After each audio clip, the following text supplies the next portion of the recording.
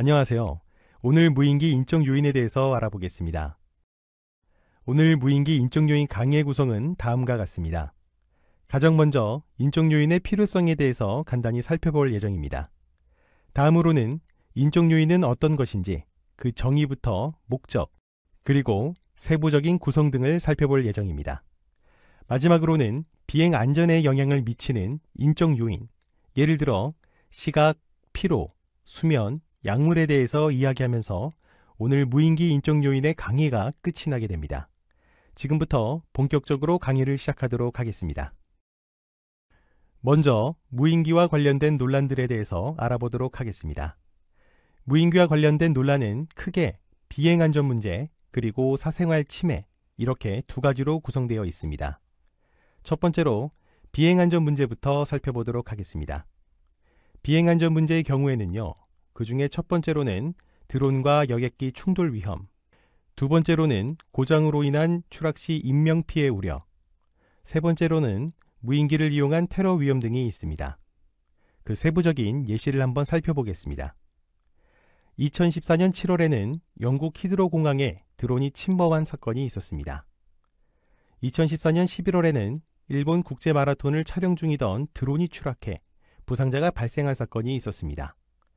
2019년 9월에는 예멘 반군이 드론을 사용하여 사우디 원전에 테러를 가한 사건이 있었습니다. 가까운 국내 예시로는요, 2020년 9월에 영종도에서 미신고 비행의 촬영 드론 때문에 항공기 5대가 긴급 회항하는 사건도 있었습니다. 이와 같이 드론 사업이 빠르게 발전하면서 드론과 관련된 비행 안전 문제가 지속적으로 보고되고 있습니다. 다음으로는 사생활 침해 우려가 있습니다. 예를 들어 무인기를 활용한 촬영 활동의 증가 등으로 인해서 의도치 않든 의도하든 사생활 침해의 문제가 자주 발생하고 있는데요. 국내 최근 사례로는 2020년 10월에 부산의 한 고층 아파트에서 다른 사람의 사생활을 불법으로 촬영하다 붙잡힌 사건이 있었습니다. 이처럼 드론에 장착된 카메라로 인해 의도하든 의도하지 않든 다른 사람의 사생활을 침해하는 사고가 보고되고 있어서 주의를 요구하고 있습니다. 무인기 사업이 발달하고 사용자가 늘면서 관련된 안전사고 및 사생활 문제 등 다양한 이슈들이 주목받고 있는데요. 앞서 설명드린 논란뿐만 아니라 무인기와 관련된 실질적인 사고들에 대해서도 설명드리도록 하겠습니다. 무인기 사고 통계를 한번 보시겠습니다. 미국 국방부 통계 자료에 따르면 미군의 무인기인 프레데터, 헌터, 그리고 파이오니어의 사고율은 각각 10만 건당 32건, 55건, 334건으로 보고되고 있습니다. 이는 일반 유인 항공기 사고 비율이 같은 10만 건당 1건, 3건을 보인다는 점과 비교할 때 10배에서 100배 가까이 높다라는 것을 알 수 있습니다. 구체적인 무인기 사고 요인을 살펴보도록 하겠습니다. 이스라엘 IAI사의 무인기 사고 통계를 살펴보면 비행조종 계통 28%, 추진 계통 24%, 통신 계통 11%, 동력 계통 8%, 인적 에러의 경우에는 22% 등으로 나타났습니다. 즉, 기계적 결함 대 인간 실수의 비율이 8대2 정도인 것으로 나타났습니다.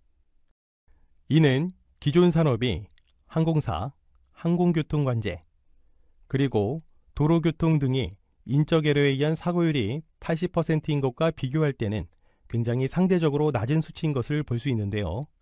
하지만 이러한 추세는 아직까지 무인기 산업이 초기 단계에 머물러 있기 때문이라고 생각할 수 있습니다. 예를 들어 유인 항공기, 항공교통관제, 도로교통 등의 인적 에러와 기계적 결함에 의한 사고율 변천사 그래프를 한번 살펴보겠습니다. 다음 그래프를 보시면 처음에는 무인기와 마찬가지로 기계적 결함의 사고 비율이 월등하게 높았으나 이것이 시간이 지나고 기술이 발전함에 따라 점차 줄어들고 인적 에러에 의한 사고 비율이 높아지는 것으로 나타났습니다. 마찬가지로 무인기 산업도 아직까지는 초기인 만큼 기계적 결함에 의한 사고율이 높은 것으로 나타났지만 앞으로 기술 개발 등을 통해서 이것이 점차 감소하고 인간의 실수에 의한 사고 비율이 높아질 것이라고 예상할 수 있습니다. 구체적으로 무인기의 인적 에러에 의한 사고 비율이 낮은 이유는 첫 번째로는 무인기 자동화율이 높아서 인간 개입의 필요성이 적기 때문입니다. 그렇기 때문에 인적 에러에 의한 사고 비율이 상대적으로 낮은 것으로 보일 수 있습니다. 두 번째로는 설계 개념상 페일쉐이프 개념의 시스템 이중 설계 적용이 미흡하기 때문에 기계적 신뢰성이 상대적으로 낮다라고 볼 수 있습니다. 세 번째로는 민간 무인기의 개발 역사가 유인기와 비교했을 때 상대적으로 초창기이기 때문에 기술적 완성도가 충분하지 못한 것도 그 이유가 될 수 있습니다. 따라서 앞서 설명드린 유인기의 인적 에러의 증가와 기계적 결함의 감소, 그래프처럼 차후 무인기 기술이 발전하면서 기계적 결함에 의한 사고는 크게 줄고 인적 에러에 의한 사고는 증가할 것이라고 예상할 수 있습니다. 이에 다른 항공사업과 마찬가지로 무인기 조종사들을 대상으로 한 기본적인 인적 요인에 대한 개념 및 이론 등의 숙지가 요구되고 있습니다. 다음은 구체적인 국내 사고 사례입니다. 농약살포 무인 헬기 사고인데요. 2009년 8월 전북 임실에서 발생한 사건입니다. 이 사건 같은 경우에는 인적 에러에 의해서 발생한 무인기 사고 사례로 대표적인 사고 사례일 수 있겠는데요. 이륙 중이던 무인 헬기의 메인 로터에 머리를 부딪혀서 그 자리에서 사망한 사건입니다. 사고의 이유로는 트림 설정 미확인이 추정되고 있습니다. 이외에도 이 다양한 작은 사고부터 큰 사고까지 무인기와 관련된 사건들, 특히 인간의 실수에 의한 무인기 사건들이 보고되고 있기 때문에 인간의 실수를 줄이기 위한 노력 및 교육의 중요성이 지속적으로 강조되고 있습니다. 다음으로는 두 번째 파트인 인적 요인에 대해서 알아보도록 하겠습니다. 인적 요인, 휴먼 팩터란 인간에 대한 학문으로 인간이 업무 및 생활 속에서 부딪히는 여러 상황에 대해서 연구하는 것을 의미합니다. 특히 인간과 인간, 인간과 기계, 인간과 각종 절차, 그리고 인간과 환경 간의 상호작용을 다루고 있습니다. 많은 분야에서 중요하게 다뤄지고 있는데요. 예를 들면 경영학, 심리학, 인체공학 등 여러 가지 분야에서 다양하게 다뤄지고 있습니다. 구체적으로 인적 요인의 정의는 어떻게 될까요? 같이 한번 살펴보도록 하겠습니다. 인적 요인이란 인간이 작업을 어떻게 수행하는지 행동적, 비행동적 변인들이 인간 수행에 어떻게 영향을 미치는지를 다루는 분야를 이야기합니다. 또한 국제민간항공기구 아이카오의 사고방지 매뉴얼에 따르면 인적 요인, 휴먼 팩터란 항공기 사고, 준사고, 사고방지와 관련된 인간관계 및 인간 능력을 총칭하는 것으로 정의되고 있습니다. 인적 요인의 정의에 대해서 살펴보았는데요. 다음으로는 인적 요인의 목적에 대해서 살펴보도록 하겠습니다. 인적 요인의 목적은 크게 두 가지로 구성이 되어 있습니다. 첫 번째로는 수행의 증진입니다. 세부적인 내용으로는 사용의 편리성 증가, 인적 에러의 감소, 그리고 생산성 향상 등이 있습니다. 두 번째로는 인간 가치의 증진이 있는데요. 첫 번째로는 안전의 향상, 두 번째로는 피로와 스트레스 감소, 세 번째로는 편안함, 직무 만족, 삶의 질 향상 등의 목적이 있습니다. 앞서 말씀드린 것처럼 인적 요인은 비교적 다양한 학문 분야에서 연구가 되고 있습니다. 예를 들면 임상심리학, 실험심리학, 인체측정학, 컴퓨터과학, 인지과학, 안전공학, 의학, 조직심리학, 교육심리학 등 이 다양한 분야에서 중요하게 연구되고 있습니다. 이처럼 여러 분야의 이해를 통해서 서로 다른 상황 또는 인간 행동에 적용시킴으로써 인적 요인의 목적을 수행하는 것을 볼 수 있습니다. 인적 요인의 마지막 파트로는 가장 대표적인 모델인 쉘 모델을 살펴보도록 하겠습니다. 쉘 모형은 그림에 나온 것처럼 그림의 알파벳을 바탕으로 이름이 지어진 모델입니다. 각각의 알파벳들이 담고 있는 의미가 있는데요. 지금부터 하나씩 살펴보도록 하겠습니다. 첫 번째, 가운데 있는 L은 livewear, 사람을 뜻합니다. 즉, 무인기의 경우에는 조종사를 의미할 수 있겠네요. 다음으로는 위에 있는 H의 경우 하드웨어를 뜻합니다. 무인기의 기계적인 부분을 의미합니다. S의 경우에는 소프트웨어로 각종 규정, 절차, 기호, 부호 등을 의미합니다. 그리고 E의 경우에는 environment, 환경을 의미하는데요. 기상 등의 조종 환경을 의미합니다. 마지막으로 다시 밑에 있는 L의 경우에는 조종사와 관련된 사람들, 예를 들면 유관 감시자, 정비사, 촬영자 등이 있겠습니다. 쉘 모델의 경우에는 가운데 위치한 사람과 이 주변 요소들 간의 관계성에 초점을 맞추기 때문에 다음과 같은 세부적인 관계들을 강조하고 있습니다. 첫 번째로는 L과 H가 있겠습니다. 이 관계의 경우에는 인간과 하드웨어를 의미하는데요. 인간의 특징에 맞는 조종기의 설계, 그리고 사용자의 감각 및 정보 처리 특성에 부합하는 디스플레이들을 개발하는 것들이 해당됩니다. 다음으로는 L과 S가 있겠습니다. 인간과 절차를 의미하는 이 관계의 경우에는요, 매뉴얼 및 체크리스트, 레이아웃, 기호와 같은 시스템의 비물리적인 측면을 포함하는 관계라고 볼 수 있겠습니다. 다음으로는 사람과 환경이 있겠습니다. 과거에는 인간을 환경에 적응시키는 것을 목표로 삼았습니다.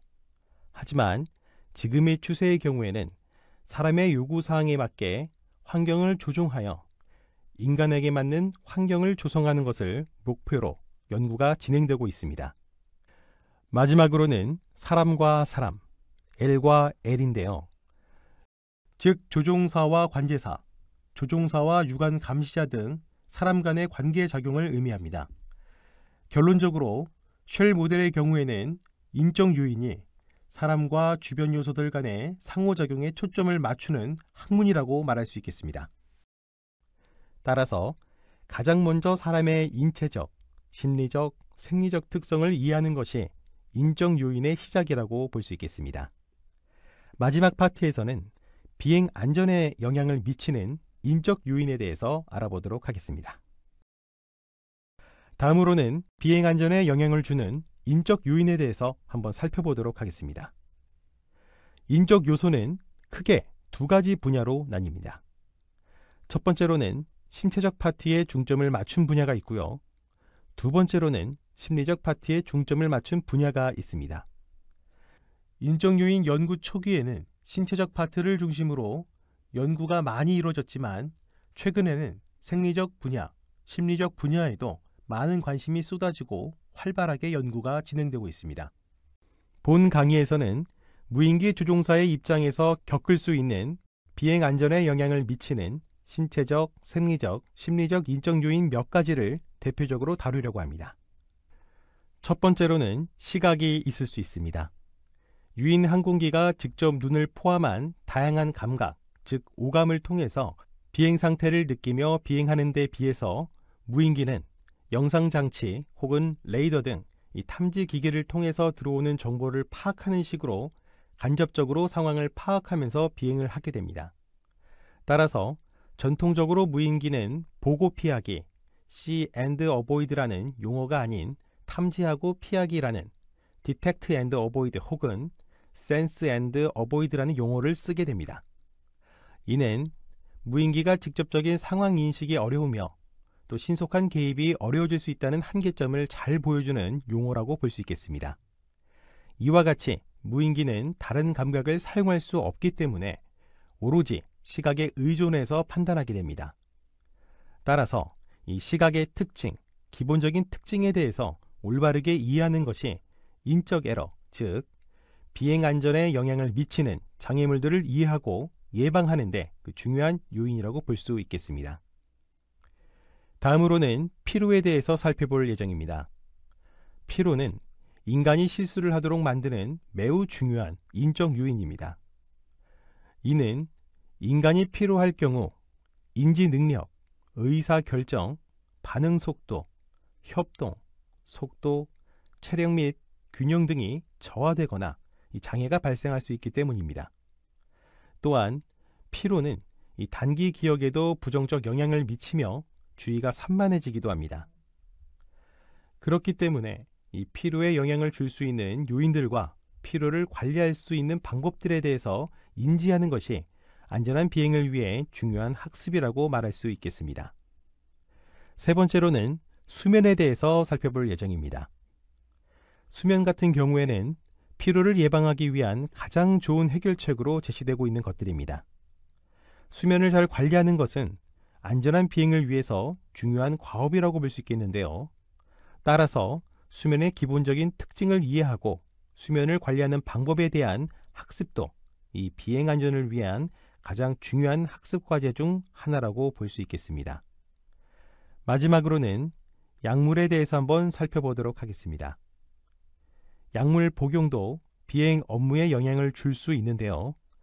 단순히 처방받을 수 있는 약뿐만 아니라 이 처방 없이 살 수 있는 약들, 일상생활에서 흔히 구할 수 있는 약물도 비행 능력에 영향을 미칠 수 있기 때문에 주의가 필요합니다. 따라서 비행 업무에 지장을 줄 수 있는 약물들에 대해서 배우고 인지하는 것은 매우 중요한 학습 내용이라고 할 수 있겠습니다. 가장 먼저 인간의 시각에 대해서 살펴보도록 하겠습니다.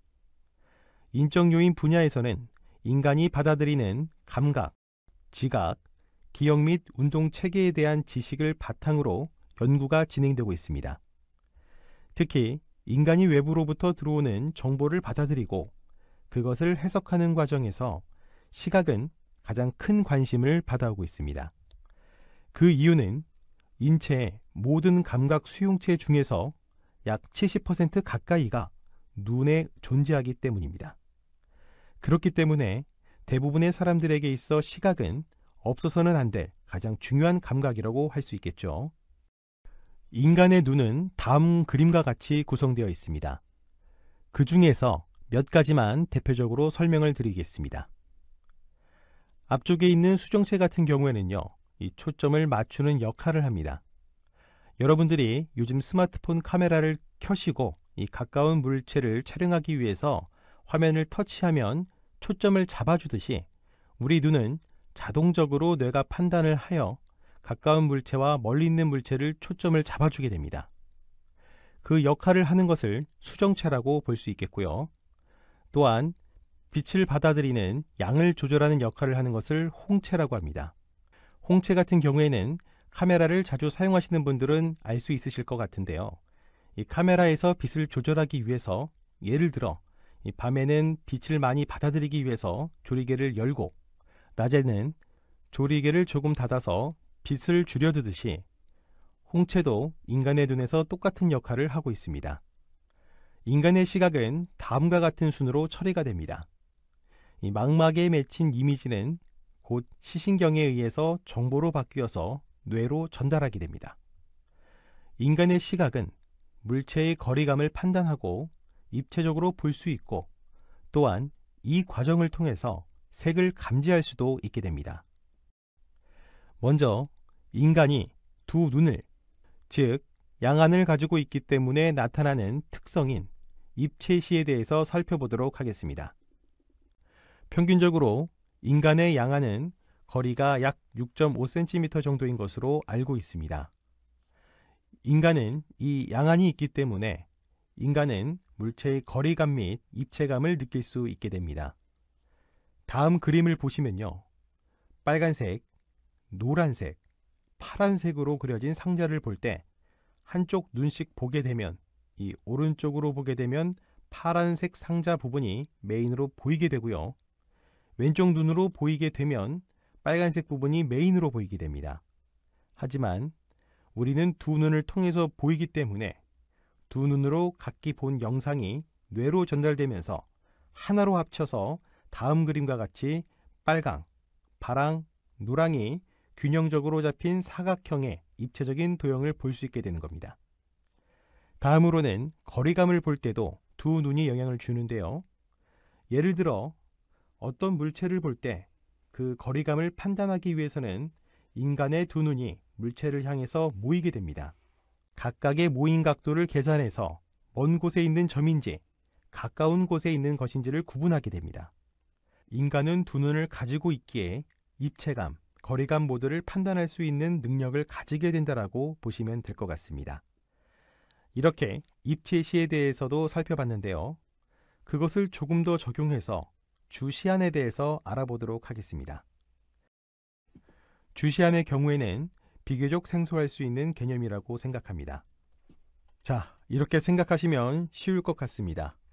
사람들에게 오른손잡이, 왼손잡이가 있듯이 사람에게도 오른쪽 눈잡이, 왼쪽 눈잡이가 있습니다. 하지만 평소에는 이 두 눈을 뜨고 보기 때문에 이것을 인식할 일이 잘 없겠죠. 그래서 아마 생소하실 수 있는데 제가 이것을 확인할 수 있는 방법에 대해서 알려드리도록 하겠습니다. 먼저 손을 다음과 같이 원 모양을 만들어 주시면 될 것 같습니다. 이렇게 원 모양을 만들고 멀리 조금 떨어져 있는 물체를 그 원 안에 들어오도록 이렇게 세팅해 보겠습니다. 그러면서 한쪽 눈씩 번갈아 감아가면서 물체가 어떻게 변화하는지 관찰해 보시면 될 것 같습니다. 양 눈으로 볼 때는 원 안에서 보이던 물체가 사라졌다면 그 감은 눈이 주시안인 것을 알 수 있게 됩니다.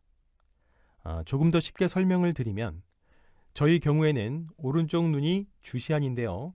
그렇기 때문에 이 양안으로 볼 때와 또 왼쪽 눈을 감고 오른쪽 눈으로 볼 때와 같은 화면을 보게 됩니다. 하지만 오른쪽 눈을 감을 경우에는 양안으로 봤을 때 원 안에 봤던 물체가 원 밖으로 사라지게 되겠죠. 이처럼 주시안은 다음과 같은 방법으로 확인할 수 있으니 잠깐 확인해 보시는 것도 좋을 것 같습니다. 그러면 이 주시안이 과연 드론 비행에서 어떤 영향을 줄까요? 그림과 같은 삼각 비행과 원주 비행을 예시로 한번 설명을 드리겠습니다. 삼각 비행의 경우 오른쪽 주시안을 기준으로 설명을 드리면 반시계 방향으로 드론을 조종하는 것을 선호합니다. 그리고 공중에서 다시 내려오는 지점에서 어려워하시는 것을 알 수 있습니다. 이 경우에는 아까 말씀드린 것처럼 주시안을 어느 쪽에 가지고 있느냐에 따라서 보이는 각도가 다르기 때문인데요. 그런 현상에 의해서 적용되는 현상이라고 볼 수 있겠습니다. 또한 원주 비행 시에도 똑같이 적용이 됩니다. 오른쪽 주시안을 기준으로 설명을 드리면 이 반시계 방향으로 조종하는 것을 선호하게 되는데요. 하지만 마찬가지로 12시에서 9시 사이의 구간을 가장 어려워하게 됩니다. 이와 같이 이것 또한 양안을 가지고 있고 양안이 각각 보이는 면이 다르기 때문에 나타나는, 그리고 또 주시안이 어느 쪽이냐에 따라서 나타나는 시각의 특징인 것을 알 수 있습니다. 다음으로는 눈의 망막에서 빛을 받아들이는 세포인 바로 광수용기라는 것이 존재합니다. 그중 추상체와 간상체라는 것이 대표적으로 있는데요. 추상체와 간상체의 기능을 통해 우리는 색도 볼 수 있고 낮과 밤의 사물을 판별할 수도 있게 됩니다. 각각의 특징에 대해서 한번 살펴보겠습니다. 추상체부터 살펴보면 추상체는 주로 낮에 활동합니다. 그래서 이 주간에 활동하게 되고요.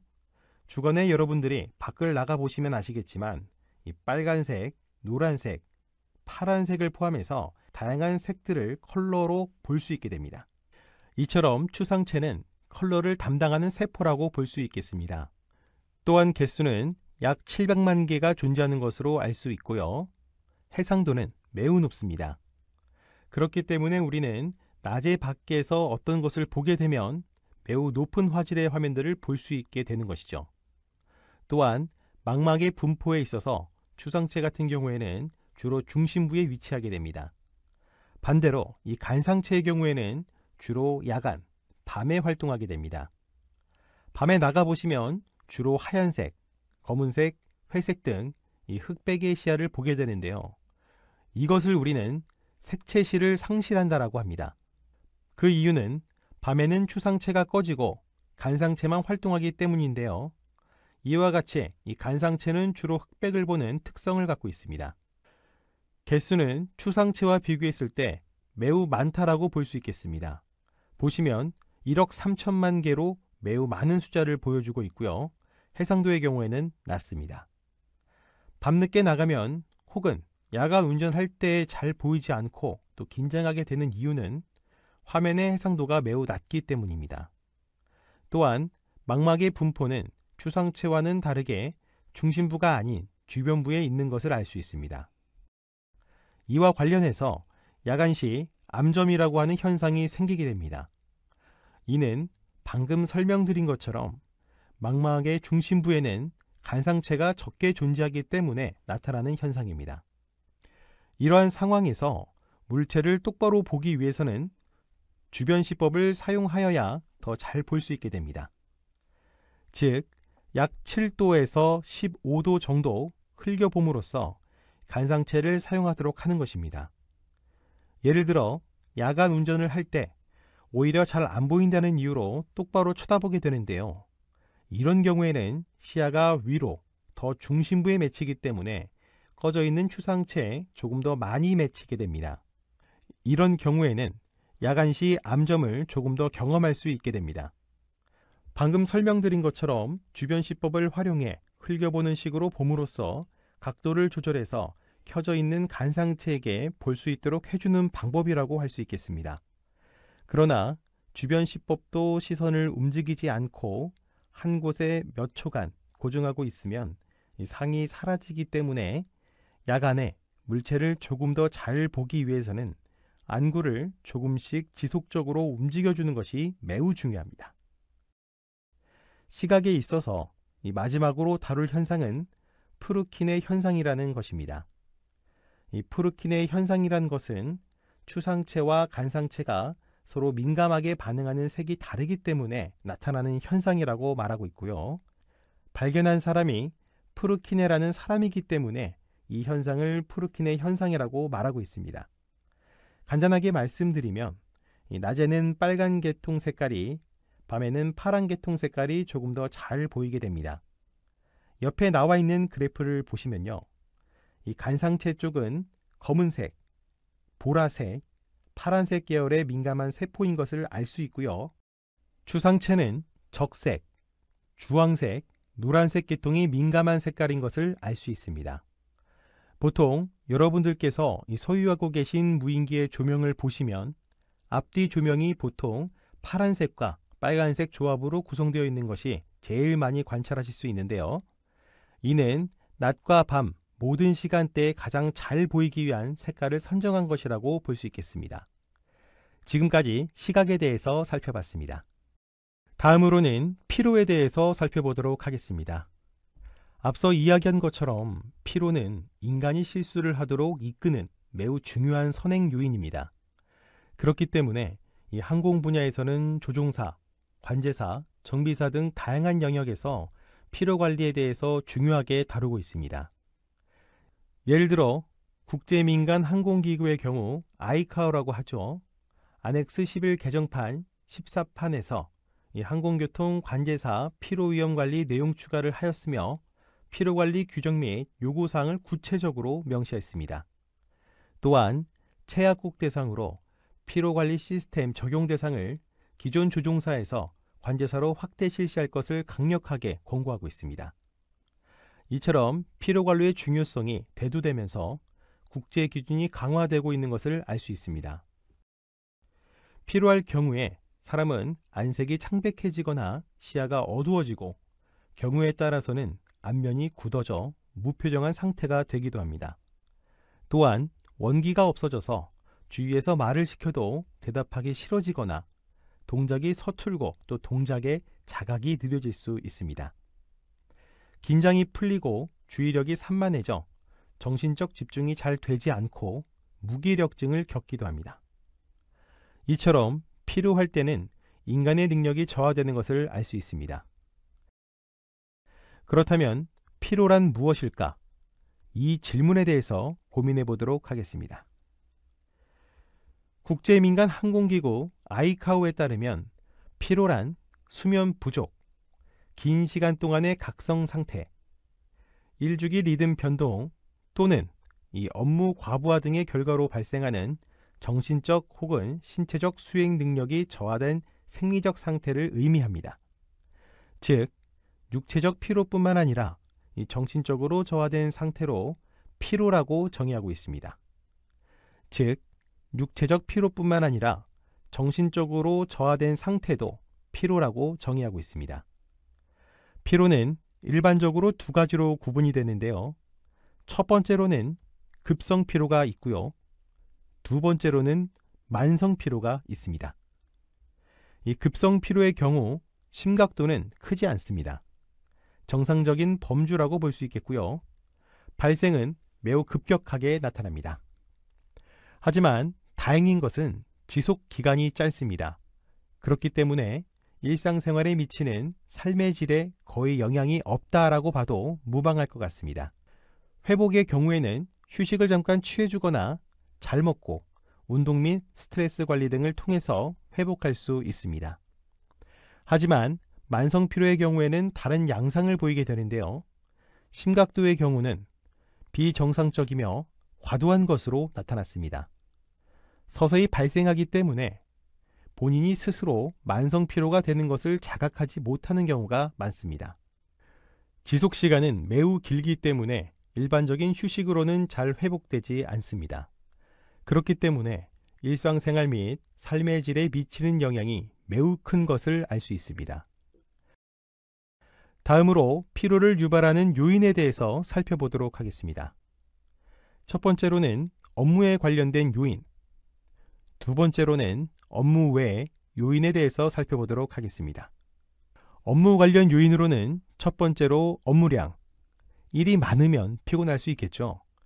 두 번째로는 시간 압박, 이 하루 전체를 놓고 봤을 때는 일이 많아 보이지 않더라도 이 특정 시간대에 일이 몰리게 되면 사람은 이 피로를 경험하게 됩니다. 그리고 당연히 신체적으로 부담되는 작업을 한다면 이 피로할 수 있겠고요.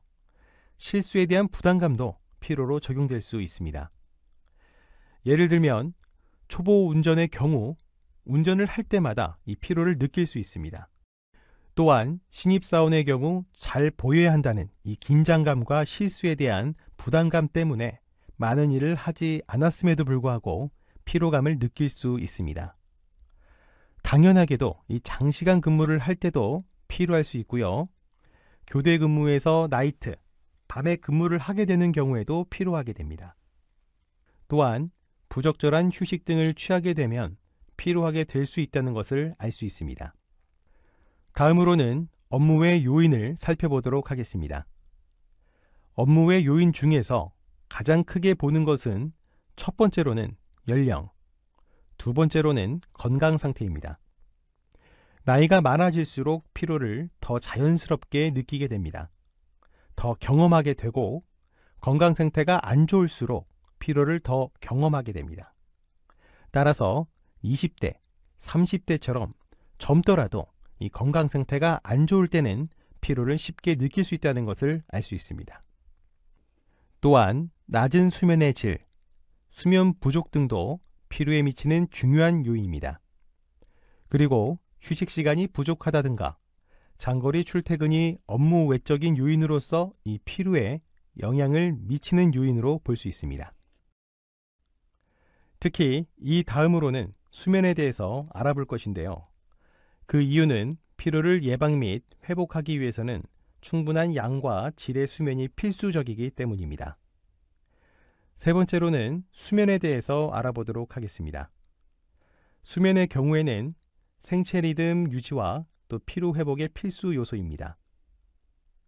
그렇기 때문에 이 성인의 경우 평균적으로 7시간에서 9시간 정도의 수면이 필요하다라고 말하고 있습니다.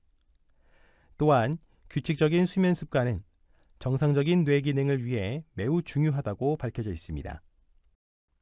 다음은 수면이 부족할 경우에 나타나는 증상입니다.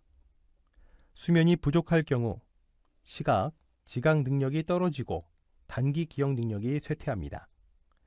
논리적 추론 능력이 저하되고 지속주의 능력이 저하되는 결과를 초래하게 됩니다. 다음은 수면의 손실이 일어났을 때 생기는 문제점에 대해서 알아보도록 하겠는데요. 그러한 효과를 수면 손실 효과라고 말하고 있습니다. 첫 번째로는 경계에 대한 효과가 있습니다. 이것 같은 경우에는 수면에 손실이 있을 경우 지속적인 주의와 신속한 반응을 요하는 경계 과제의 매우 민감성이 떨어진다고 말하고 있습니다. 두 번째는 상실에 대해서 알아볼 텐데요.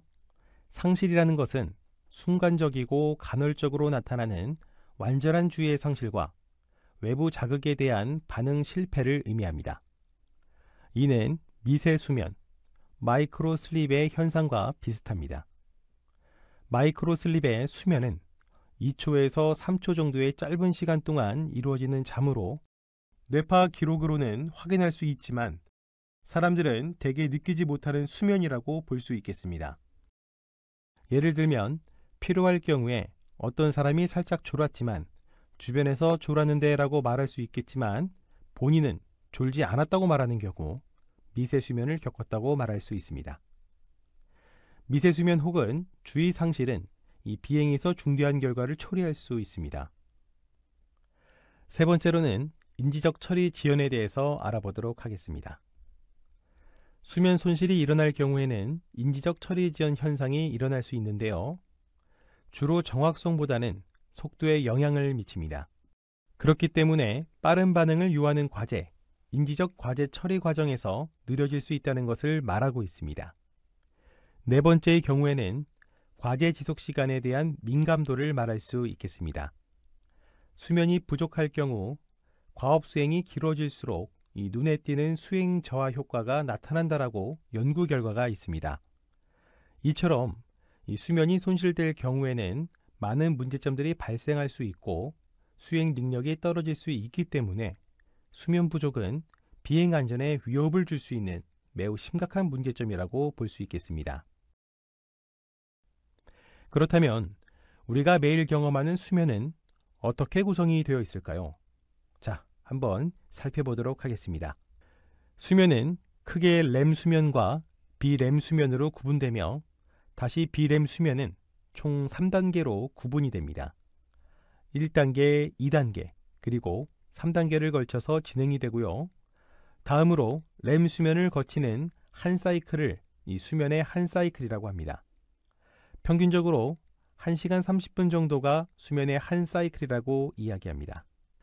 그렇기 때문에 요즘에는 한 상식이 된 지식인데요. 아침에 일어나는 것이 어려운 분들의 경우에는 1시간 30분 사이클을 통해서 수면 시간을 계획하라고 많이 조언을 드립니다.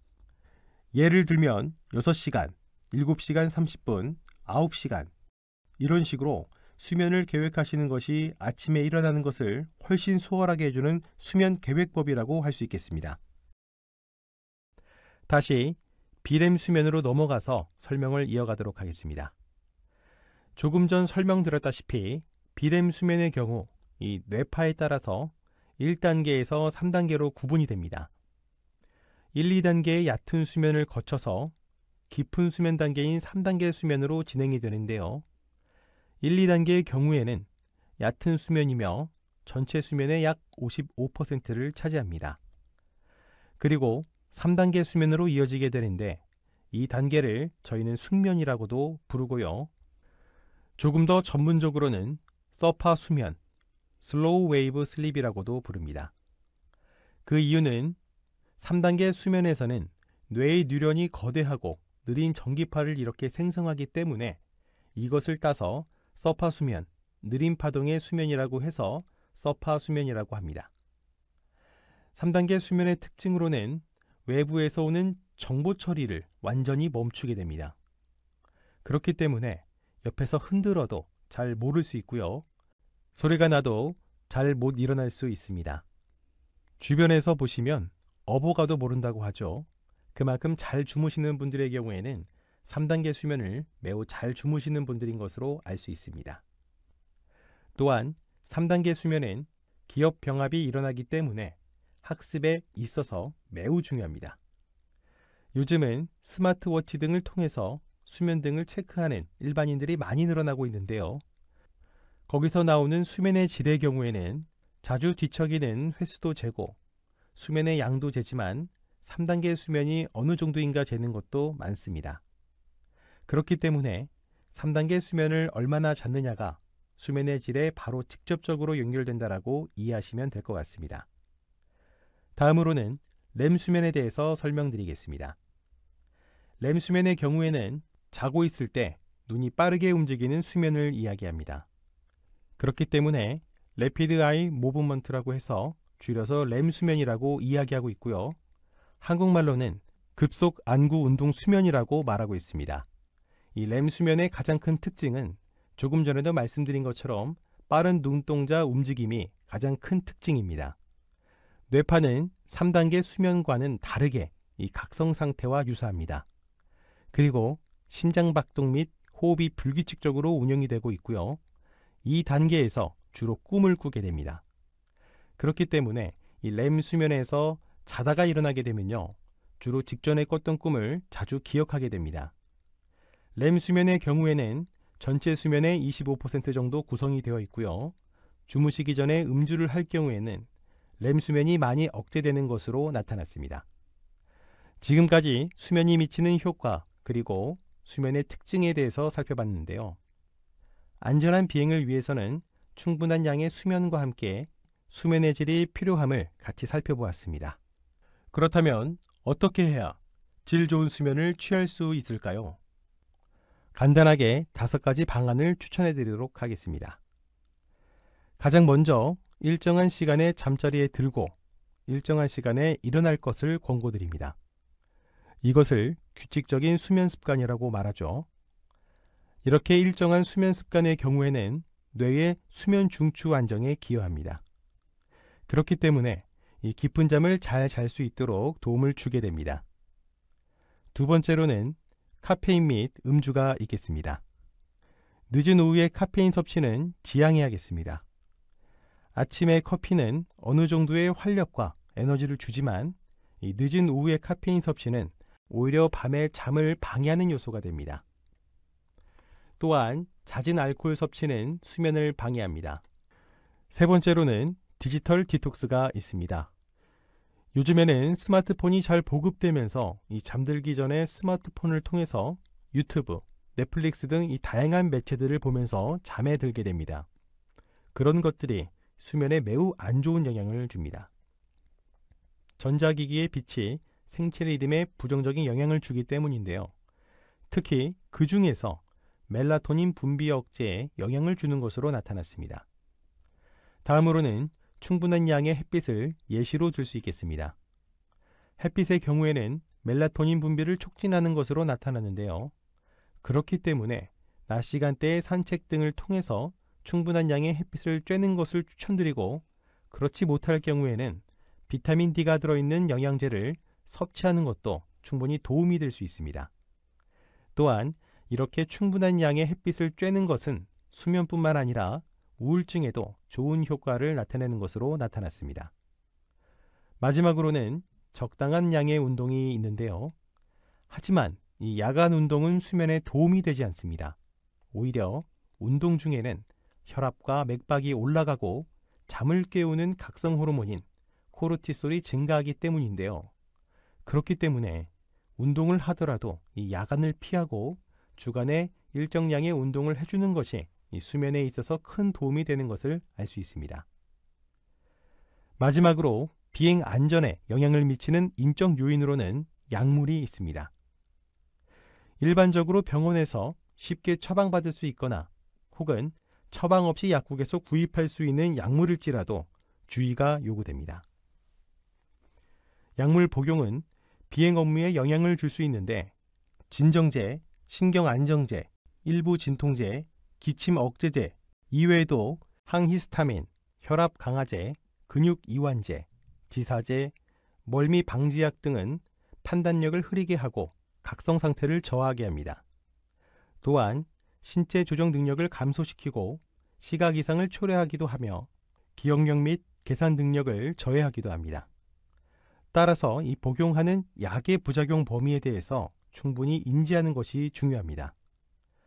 분명하지 않을 경우 항공 전문 의사와 상담이 필요하다고 볼 수 있겠습니다. 지금까지 무인기 인적 요인에 대해서 알아보았습니다.